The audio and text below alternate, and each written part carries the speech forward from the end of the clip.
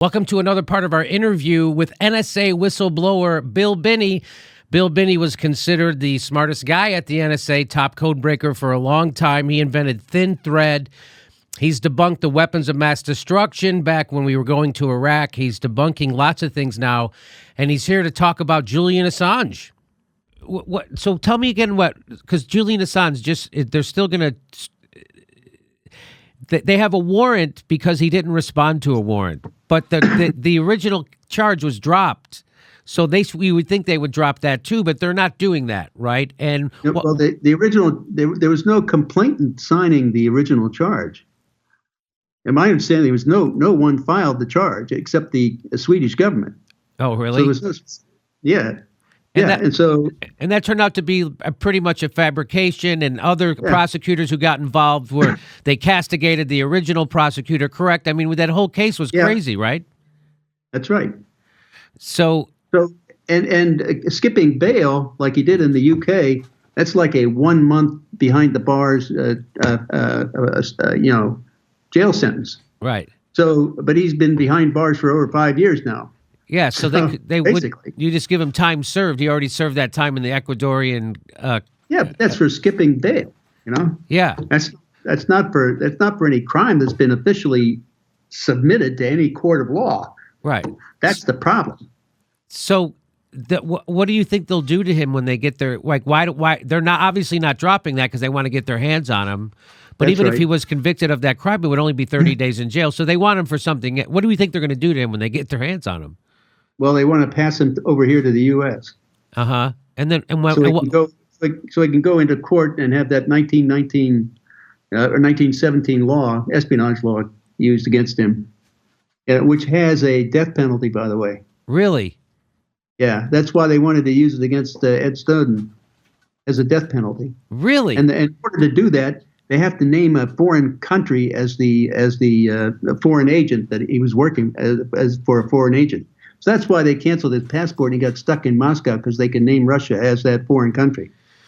So you're saying when Edward Snowden was in transit, he didn't want to stop in Russia. It was because they revoked his visa, right? Or what did they revoke? His passport? Yeah, canceled his passport. Yeah, canceled his passport, so he got stuck in Russia. And then you're saying they did that on purpose so they could use that against Edward Snowden. Right. That way, the 1917 Espionage Act with Russia as the foreign power named would be the allegation against Edward Snowden.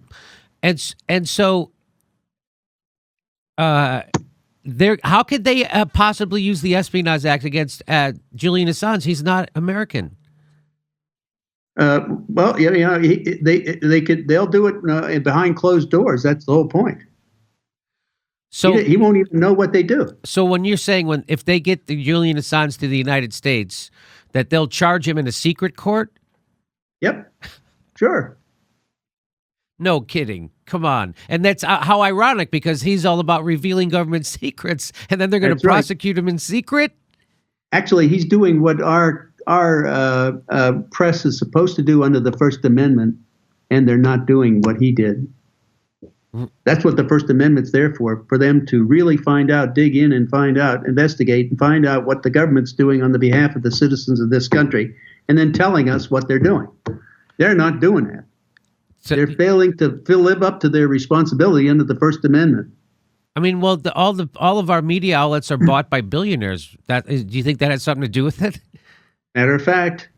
Yeah, right. I mean, the New York Times owned by a billionaire, Washington Post owned by a billionaire, Comcast owns MSN. I mean, they're all those. I mean, what? Come on. Those are all the people in deeply involved in what I call the happiness management program. And I make a lot of money and you don't. I'm happy and you're not. That's what you call the happiness management program. Happiness management, yeah. Okay.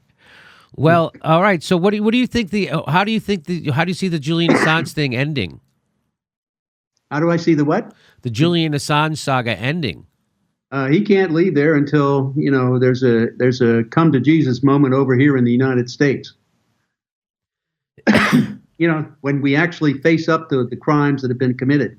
I mean, I was asked once on right after it was, I think, August or September of 2013. Right after the first Snowden material started coming out. I was on USA Today television, And they said, what do you think should happen to Edward Snowden? And I said, well, I thought he should be indicted for, things like stealing U.S. government property.